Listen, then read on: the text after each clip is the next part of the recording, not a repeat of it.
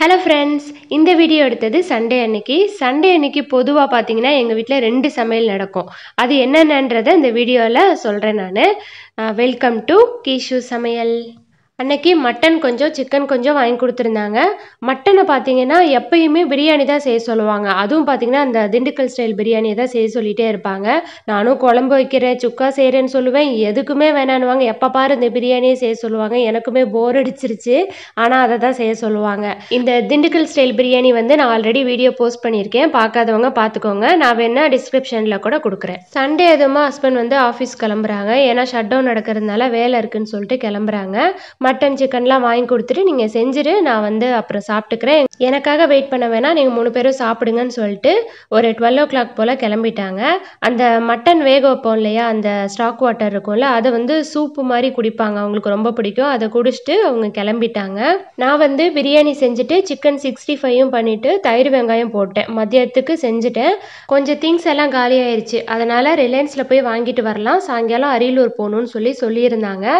அதனால் நைட்டுக்கும் சேர்த்தே பிரியாணி செஞ்சுட்டேன், எல்லாரும் சாப்பிட்டுக்குவாங்க. ஆனால் தம்பி மட்டும் வந்து அவருக்கு பிரியாணி பிடிக்காது, அதனால் அவனுக்கு மட்டும் மதியமே ஒயிட் ரைஸ் வச்சு முட்டை சோறு மாதிரி கிளறி கொடுத்துட்டேன், சாப்பிட்டான். நான் சமையல் முடிக்க 1:30 ஆயிடுச்சு. அப்புறம் பாப்பா தம்பி 2 பேரும் குளிச்சாங்க. குளிச்சு முடிச்சுட்டு ஒரு 2 o'clock போல் எல்லோரும் சாப்பிட்டோம். ஹஸ்பண்ட் வர்றதுக்கு பார்த்தீங்கன்னா 3 மணி ஆயிடுச்சு. நல்லா பசியோடு வந்தாங்க. வந்தோடனே எல்லோரும் சாப்பிட்டுட்டு கொஞ்ச நேரம் ரெஸ்ட் எடுத்தோம். ஈவினிங் போல் நாங்கள் வெளியே போயிட்டோம். சண்டே அன்னைக்கு 2 சமையல்னு சொல்லியிருந்தேன் இல்லையா, ஒன்று நான் வந்து சமைப்பேன், இன்னொன்று பார்த்தீங்கன்னா பாப்பா தான் செய்வா சமையல், வெளியே உட்காந்து செய்வா.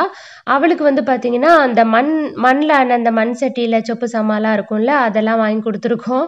அதை வச்சு வெளியே உட்காந்து சமைப்பா. சண்டே ஆனால் ஏதாவது ஒரு ரெசிபி ட்ரை பண்ணிடுவா. இன்றைக்கி என்னன்னு பார்த்தீங்கன்னா பாஸ்தா செய்ய போகிறாளாமா, அப்புறம் வந்து பீஸா செய்ய போகிறேன்னு சொல்லி உட்காந்துருக்கா.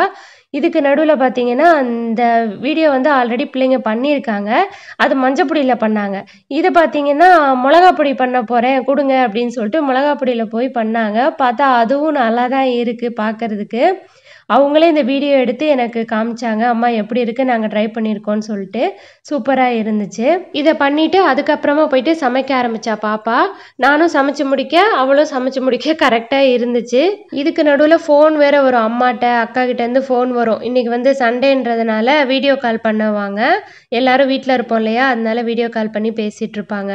நாளைக்கு மறுபடியும் மண்டே வந்துடும், பிள்ளைங்கள்லாம் ஸ்கூலுக்கு போகணும். அதை நினச்சாவே பயமாக இருக்குது. ஏன்னா தம்பி பையன் வந்து இப்போ ஒழுங்காக ஸ்கூல் போக மாட்டான், அழுதுகிட்டே இருக்கான். இப்போ பார்த்தீங்கன்னா அவர் ஃபஸ்ட் ஸ்டாண்டர்ட் வந்துட்டார். எல்கேஜியில் அழுதான், அப்புறம் யூகேஜியில் அழுகவே இல்லை. இப்போ பார்த்தீங்கன்னா ஃபஸ்ட் ஸ்டாண்டர்டில் அழுகிறான். இப்போ 1 month ஆக போது, இன்னும் அழுகையை நிப்பாட்டலை. சண்டே ஆனால் ஒரே ஜாலியாக இருப்பார். இப்போ பார்த்தீங்கன்னா பாப்பா பாஸ்தாவும் பீஸாவும் செஞ்சு வச்சுட்டு போயிருக்கா குட்டி குட்டியாக. அவள் குளிக்க போயிருக்கா, அந்த கேப்பில் தம்பி ஆட்டையை போட்டு சாப்பிட்டுக்கிட்டு இருக்கான். அவள் வந்த உடனே கத்த போகிறா. இதான் பாப்பாவோட கிச்சன். வெளியே வந்து அவள் சமைப்பா, ஏதாவது கொஞ்சமாக செஞ்சு சமைச்சு சாப்பிட்டுட்ருப்பா.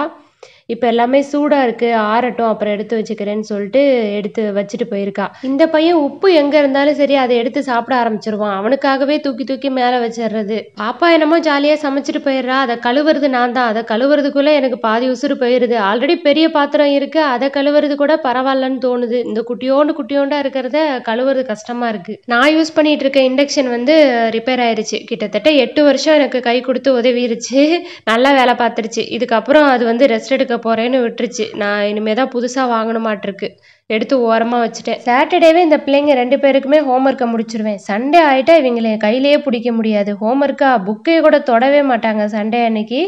இதோட இந்த வீடியோ முடிச்சுக்கிறேன். இன்னொரு வீடியோவில் பார்க்கலாம். தேங்க்யூ, பாய்.